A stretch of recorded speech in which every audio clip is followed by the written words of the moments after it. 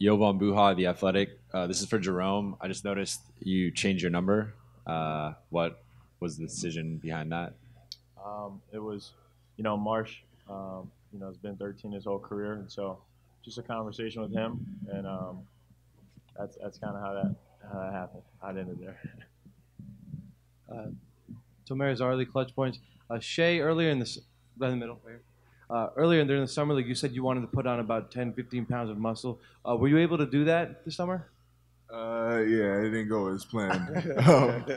But I definitely feel myself getting stronger, and I guess that was the main goal, just to get stronger and get ready for the season. Eddie with Fox Sports AM 1350.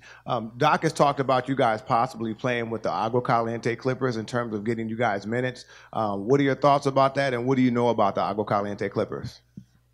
Yeah, our thoughts, or I would say for me, my thoughts on that is just, bettering yourself, every day. We're coming in as rookies, and, experience and time playing is what you really need to develop as a player, and, we'll do whatever it takes. If he's doing that, then that's what we'll do.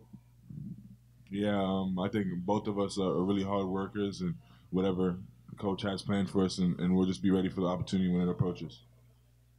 Adam Moslin, AM 570 LA Sports. Jerome, you put up 46 against Notre Dame. You're known as a pure scorer. Is that something you can take and learn from Lou Williams with having some mentorship there? Yeah, definitely. Just from us playing pickup and having to guard him, yes, I can tell you that he is a pure scorer. And, just being able to watch film on him and the way he kind of uses his body and is real methodical with the way he plays, and it's really effortless. It's awesome to watch, and it's definitely, some pointers that I can take and add to my game. Hi, Jermaine Johnson. I'm with the Los Angeles Loyolan. My question's for Shai.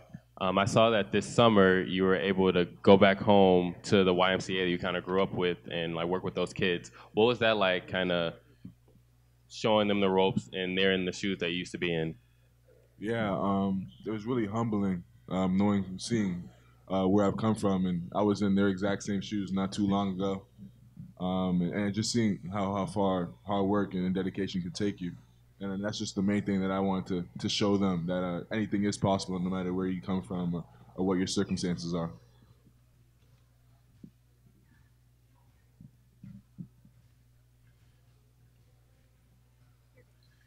Hey guys, Cameron Buford, LA News Observer, by way of What's Good in Sports. I got a question about your relocation, your transition into where you are today. Now, a few months ago, when you guys first got signed, I talked you guys in. Talk to us about this, what your training regiments has been, what you guys have been through to this point today, since you guys got the call that you're drafted to the Los Angeles Clippers. Yeah, it's just been a lot of hard work. Getting in here early in the mornings and getting your nutrition in and lifting and putting in the work on the court is kind of been the everyday regimen for us since we've gotten here. Yeah, like Jerome said, it's all really a schedule. You come in, get your nutrition, get your work in, and then you really have the rest of the day to yourself. That's been probably the biggest transition for me, just having so much free time, not having to go to class or a tutor or whatever. But it's been fun, and I can't wait to continue it. Say that again. It's amazing. Giovanni Garcia, Fantasy Sports Cave. This question's for both of you guys. It's a two-part question.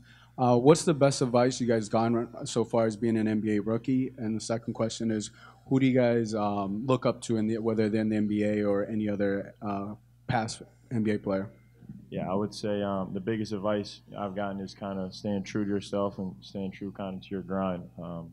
Nobody's going to go put the work in for you. You got to go put it in yourself. And you don't want to, just because you got drafted in the NBA now, you don't want to switch up your personality and who you are. And I would say for me, guys that I got advice from was David West. I just grew up, kind of his AAU program and, kind of talking to him all the time. And, he's a pro's pro, and I'm glad that he's one of my mentors.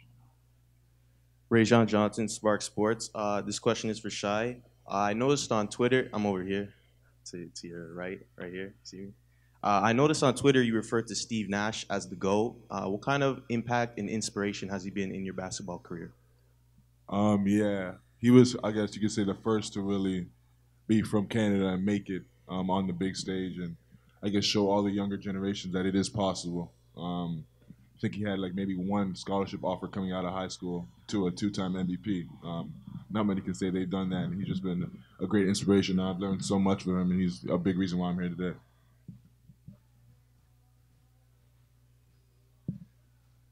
Jerome and Shai, this is Corey McGady with Fox Sports Prime Ticket. Jerome, this question is for you. I'm just thinking about as far as the adjustment, even when I had coming in from college to the pros, and you being such a prolific shooter, has it been an adjustment, even shooting a three ball from NBA distance opposed to college distance? I wouldn't say there is an adjustment as far as shooting on the move, shooting, off balance and things like that, and that's something you kind of have to work on because a lot of times you're not getting a standstill three or anything, not moving. You're gonna have to move 24 seconds, so things are going a lot faster, and you're gonna sometimes have to shoot off balance. So I would say that part is the biggest adjustment as far as standstill. It's been fine, but I would say on the move has been. And for you, Shai, what would you say, coming into this season is a personal expectation? Is it getting better as far as being able to guard guys, or is it scoring, being a great teammate, having great leadership? Have you figured it out yet? Yeah, mainly for me, it's trying to get better at every aspect of my game as much as possible. Like you said, whether that is communicating more, or being a better defender, or getting to my spots better and faster. Obviously, guys are bigger and strong at this level, so just trying to get better every day at every aspect. This is for both of you guys. We're down the middle. Here. For both of you guys. LA is a pretty big city. Everyone loves it here in LA, and for especially two rookies, it could be full of distractions. What do you guys say to those who have worries about you guys being distracted or something like that? Jerome mentioned it earlier. The vets have told us multiple times to stay true to yourself, and what got you here is what's gonna keep you here, and just be you. Don't switch for any circumstances that are outside. Yeah, I would say for us too is being in this kind of location, it's really slowed down and a great place to live and I mean I haven't even been able to get into those distractions or anything like that, and just like Shai said when I was talking about earlier, is being true to yourself. I think once you get out of that is when you start finding trouble with those kind of distractions. Here in the front, Andrew Greif, LA Times. You guys have played pickup with your teammates for a while now over the summer. What do you feel like that taught you about your teammates and also the competition in this league? For sure. You can see, how competitive they are. You can see, the way they play and things like that and how they carry themselves. And I think it's been a great experience to play with these guys up and down. And you had so many learning points just from a game, just from, a whole series in a day. You learn so many things, and, you get to do it over and over again. And I think, that helps us develop.